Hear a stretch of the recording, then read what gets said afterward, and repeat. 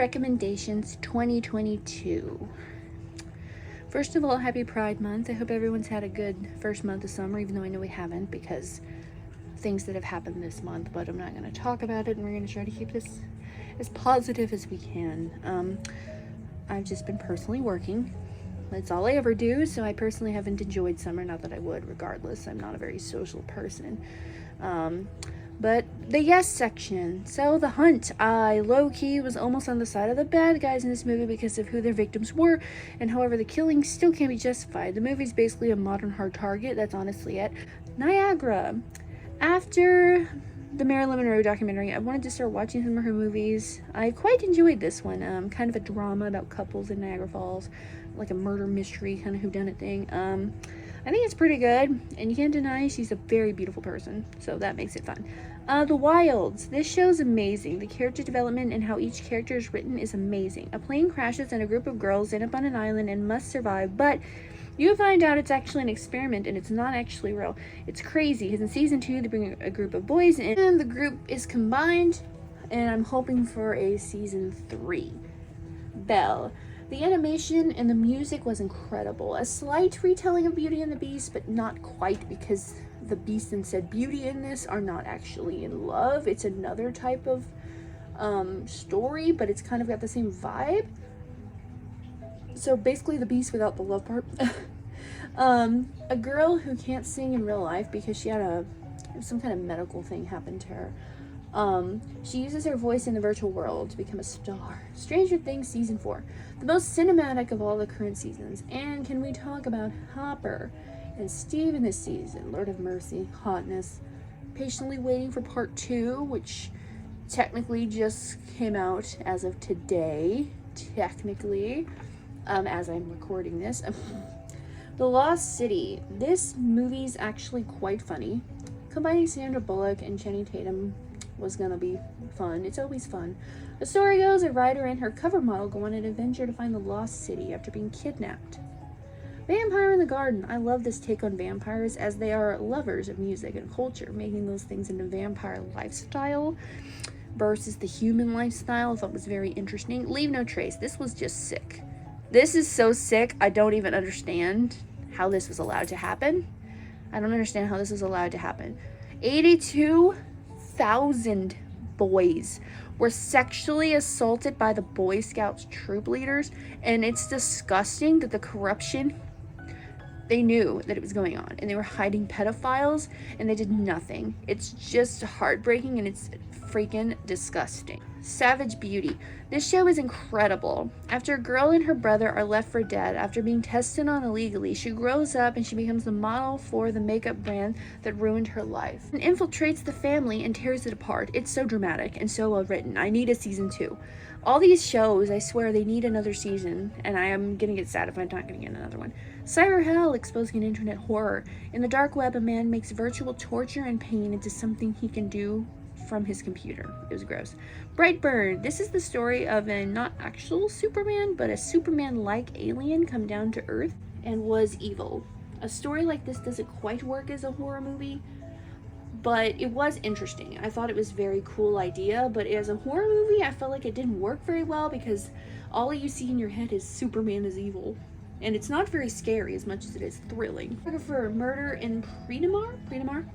A photographer is killed because of the things he knows. Senior year. This movie was hilarious. Such a fun idea. After going into a coma, she doesn't wake up until she's in her late 30s, and she goes back to high school to see how much things have changed. Our Father. This was just gross. This is gross. A fertility doctor impregnated women against their will. I think it was like over 50 confirmed siblings or something, but it's just gross. All of Us Are Dead. Based on a webcomic about zombies in a high school. It was so well put together. I look forward to season 2, which has already been confirmed. Be the Beginning. A group of experimental humans look for a serial killer. A Quiet Place Part 2.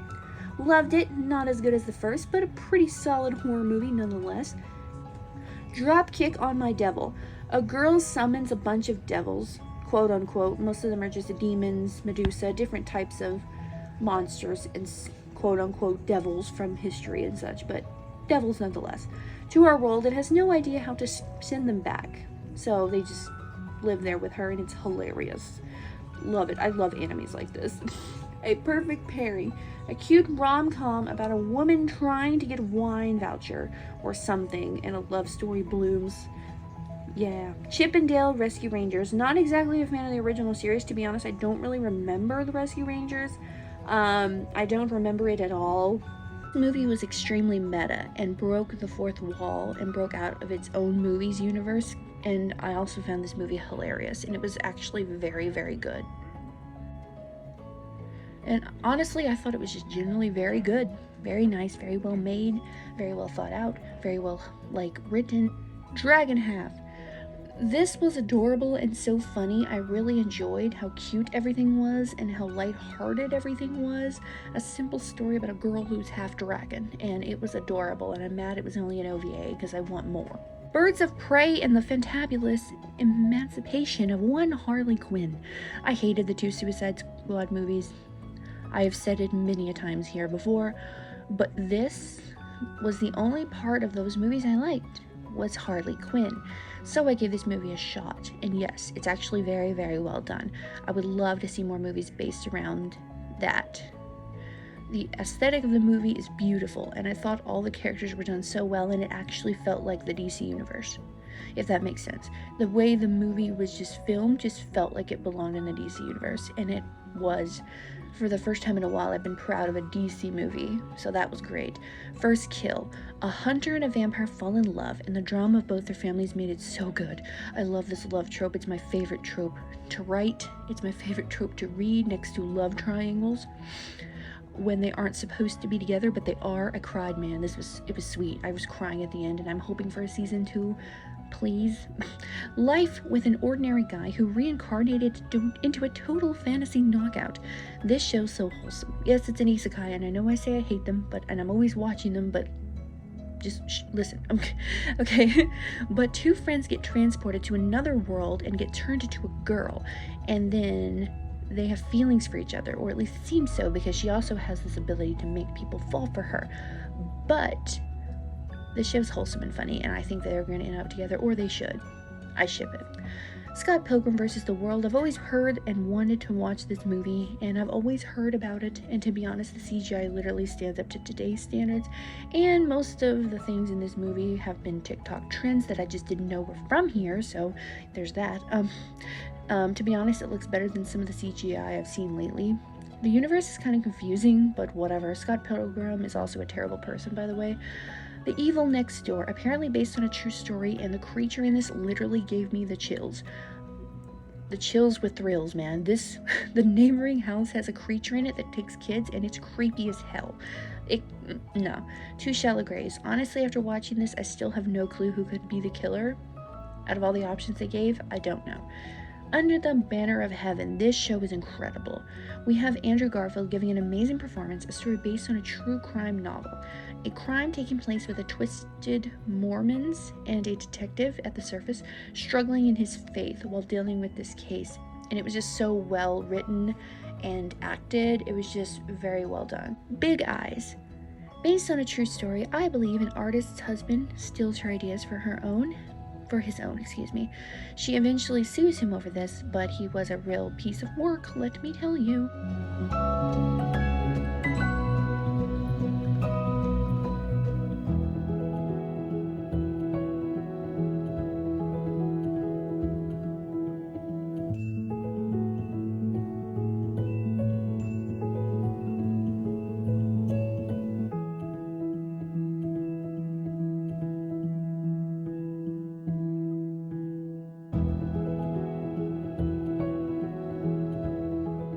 The Requiem, I'm not sure how to say that, the Requiem, I don't know, a very cheaply made summer shark movie.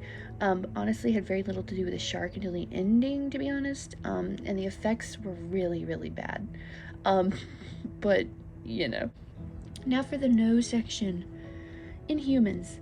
I had heard that this show was bad, and that's why it was canceled, and honestly, I think it's bad writing, and enough wasn't explained about anything, but I much did not like it, and I couldn't even finish it. it was bad. And I think, honestly, I don't think it was bad characters. I think it was just bad writing. But I didn't like it, and I understand why it was canceled. Brian, is this our vacation? Yeah, Oh. Are we trash? kinda. Oh. Those nugs look nice and crisp. The ketchup is a little off the. You melted my nuggets! You accidentally left $1 in my hand. Keep it. Why? I think you know why. I don't. Why are you winking at me? Why did you give me $1?